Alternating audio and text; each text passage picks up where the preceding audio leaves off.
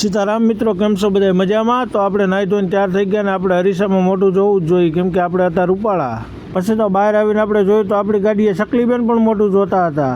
બહારે આવીને જોયું તો શેરીમાં કોઈ દેખાતું પણ નહોતું. આપણે મારી ગાડીની કીક અને આપણે નીકળી ગયા અમરેલી જવા માટે.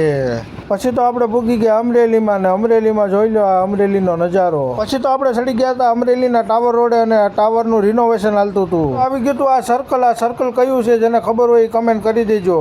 તો આપણે આવી ગયા હતા સર્કિટ હાઉસ આપણી ગાડીએ અને આપણે ગાડી સાફ કરીને આપણે બે ગયા હતા સર્કિટ હાઉસ ગાડીમાં. તો આપણે આવી ગયો સાહેબનો ફોન એટલે આપણે સાહેબને રેડવા માટે ગાડી લઈને નીકળી ગયા હતા અને આ શીતલ રોડનો નજારો છે મિત્રો. પછી તો ભૂગી ગયા આપણે શીતલ રોડે અને આ એરપોર્ટ વાળો રોડ છે મિત્રો. આ બાજુમાં રહ્યું એ એરપોર્ટ છે.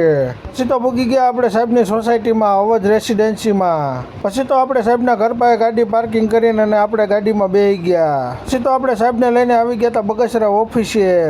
પછી તો આપણને લાગી ગઈ હતી ભૂખ એટલે આપણે આવી ગયા હતા ગાંઠિયા ખાવાને 200 કિલો ગાંઠિયાનો ઓર્ડર દઈ દીધો હો મિત્રો. પછી તો આપણે આપણું આખું બગસરા રખડી નાખ્યું હો. ફરી મળીશું નવા મિની વ્લોગમાં. ત્યાં સુધી બધાને સીતારામ.